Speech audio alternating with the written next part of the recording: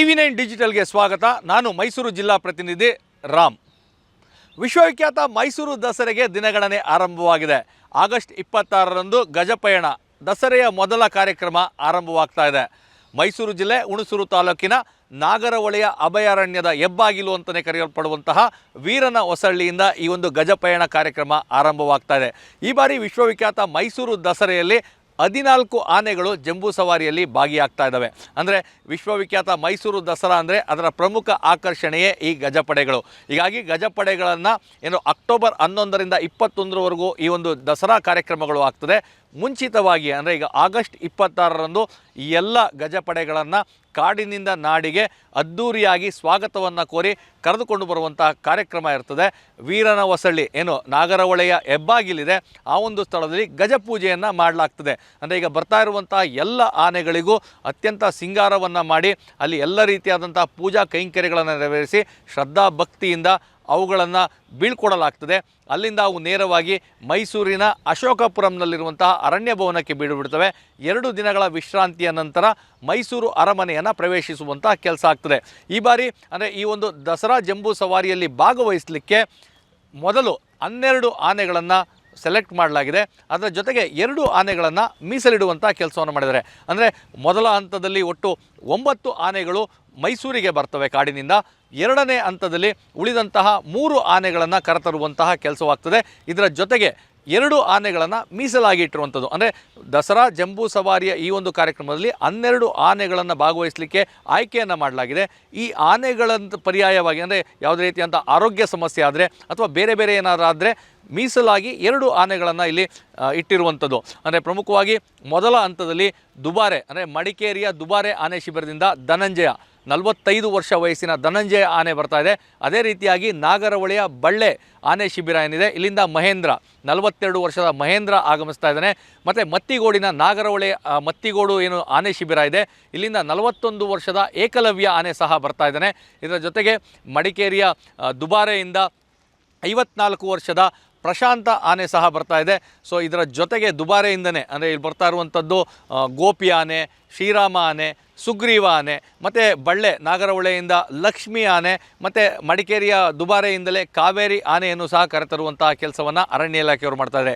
ಈ 9 ಆನೆಗಳೇನು ಹೇಳಿದೆ, ಧನಂಜಯ, ಮಹೇಂದ್ರ, ಏಕಲವ್ಯ, ಪ್ರಶಾಂತ, ಗೋಪಿ, ಶ್ರೀರಾಮ, ಸುಗ್ರೀವ ಹಾಗೂ ಲಕ್ಷ್ಮೀ, ಕಾವೇರಿ ಈ 9 ಆನೆಗಳಿಗೂ ಸಹ ಮೊದಲ ತಂಡದಲ್ಲೇ ಅಂದರೆ ನಾಗರಹೊಳೆಯ ಈ ಒಂದು ವೀರನ ಹೊಸಳ್ಳಿ ಅರಣ್ಯ ಪ್ರದೇಶ ಇದೆ ಅಲ್ಲಿ ಗಜಪೂಜೆಯನ್ನು ಮಾಡಿ ಲಾರಿಗಳ ಮುಖಾಂತರವಾಗಿ ಮೈಸೂರು ಅರಮನೆಗೆ ಕರೆದುಕೊಂಡು ಬರುವಂಥ ಕೆಲಸವನ್ನು ಮಾಡ್ತಾರೆ. ಮತ್ತು 2ನೇ ತಂಡದಲ್ಲಿ ನೋಡೋದಾದರೆ ಈ ನಾಗರಹೊಳೆಯ ದೊಡ್ಡ ಅರವೆ ಆನೆ ಶಿಬಿರ ಏನಿದೆ 50 ವರ್ಷದ ರೂಪ ಆನೆ, ಮತ್ತು ಅದರ ಜೊತೆಗೆ ರಾಮಾಪುರ ಅಂದರೆ ಬಂಡೀಪುರದ ಆನೆ ಶಿಬಿರ ಏನಿದೆ ಅಲ್ಲಿಂದ 55 ವರ್ಷದ ಚೈತ್ರ, ಮತ್ತು ಮತ್ತಿಗೋಡು ನಾಗರಹೊಳೆಯ ಮತ್ತಿಗೋಡು ಆನೆ ಶಿಬಿರದಿಂದ ಈ ಒಂದು ದಸರಾದಲ್ಲಿ ಭಾಗವಹಿಸುವಂಥ ಆನೆಗಳಲ್ಲಿ ಅತ್ಯಂತ ಹಿರಿಯ ಆನೆ ಅಂತಲೇ ಹೇಳ್ಬೋದು 57 ವರ್ಷದ ಶ್ರೀಕಂಠ.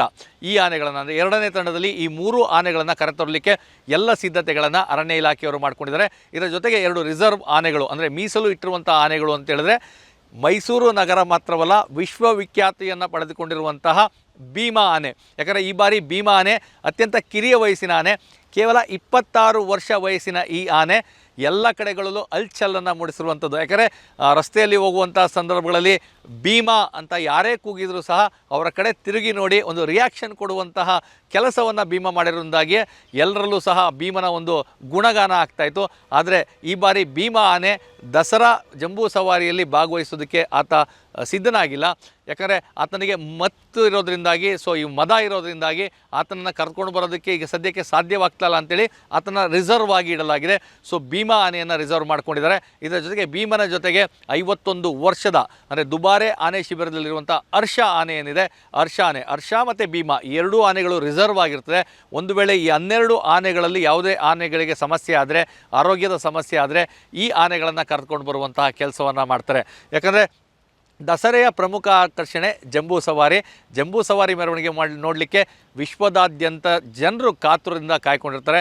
ಮತ್ತು ಈ ಆನೆಗಳಿಗೆ ವಿಶೇಷವಾದಂಥ ತರಬೇತಿಯನ್ನು ನೀಡಬೇಕಾಗ್ತದೆ, ವಿಶೇಷವಾದಂಥ ಆಹಾರವನ್ನು ನೀಡಿ ಜಂಬೂ ಸವಾರಿ ಮೆರವಣಿಗೆ ಸಿದ್ಧಪಡಿಸಲಾಗ್ತದೆ. ಸೊ ಜೊತೆಗೆ ಈ ಒಂದು ಕಾಡಿನಿಂದ ನಾಡಿಗೆ ಕರ್ಕೊಂಡು ಬಂದು ನಾಡಿನ ವಾತಾವರಣಕ್ಕೆ ಅವು ಒಕ್ಕೋಬೇಕು. ಆ ಕಾರಣಕ್ಕಾಗಿ ಅವುಗಳಿಗೆ ಪ್ರತಿದಿನ ಬೆಳಗ್ಗೆ ಸಂಜೆ ವಾಕಿಂಗ್ ಮಾಡಿಸೋದಿರ್ಬೋದು, ವಿಶೇಷ ಆಹಾರಗಳನ್ನ ಕೊಡೋದಿರ್ಬೋದು, ಈ ರೀತಿಯಾಗಿ ಎಲ್ಲ ರೀತಿಯಾದಂತಹ ತರಬೇತಿ ಸಿದ್ಧತೆಗಳನ್ನು ಮಾಡುವ ಅವಶ್ಯಕತೆ ಇರೋದ್ರಿಂದಾಗಿಯೇ ಸಾಕಷ್ಟು ದಿನಗಳ ಮುಂಚಿತವಾಗಿ ಅಂದರೆ ಅಕ್ಟೋಬರ್ 11ರಂದು ದಸರಾ ಮಹೋತ್ಸವ ಆರಂಭವಾದರೂ ಅಕ್ಟೋಬರ್ 21ರಂದು ವಿಶ್ವವಿಖ್ಯಾತ ಜಂಬೂ ಸವಾರಿ ಮೆರವಣಿಗೆ ಇದ್ದರೂ ಸಹ ಆಗಸ್ಟ್ 26ರಂದೇ ಈ ಎಲ್ಲ ಆನೆಗಳನ್ನು ಮೈಸೂರಿನ ಅರಮನೆಗೆ ಕರ್ಕೊಂಡು ಬರುವಂಥ ಕೆಲಸವನ್ನು ಮಾಡ್ತಾಯಿದ್ದಾರೆ.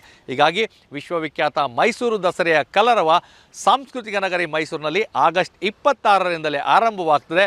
ಗಜಪಡೆಗಳು ಕಾಡಿನಿಂದ ನಾಡಿಗೆ ಬಂದು ಇಲ್ಲಿ ಎಲ್ಲ ರೀತಿಯಾದಂತಹ ಕಾರ್ಯಗಳಲ್ಲಿ ತೊಡ್ಕೊಳ್ತವೆ. ಈ ಮೂಲಕವಾಗಿ ವಿಶ್ವವಿಖ್ಯಾತ ದಸರಾ ಮಹೋತ್ಸವ 2026ಕ್ಕೆ ಅಧಿಕೃತವಾಗಿ ಚಾಲನೆ ಸಿಗಲಿದೆ.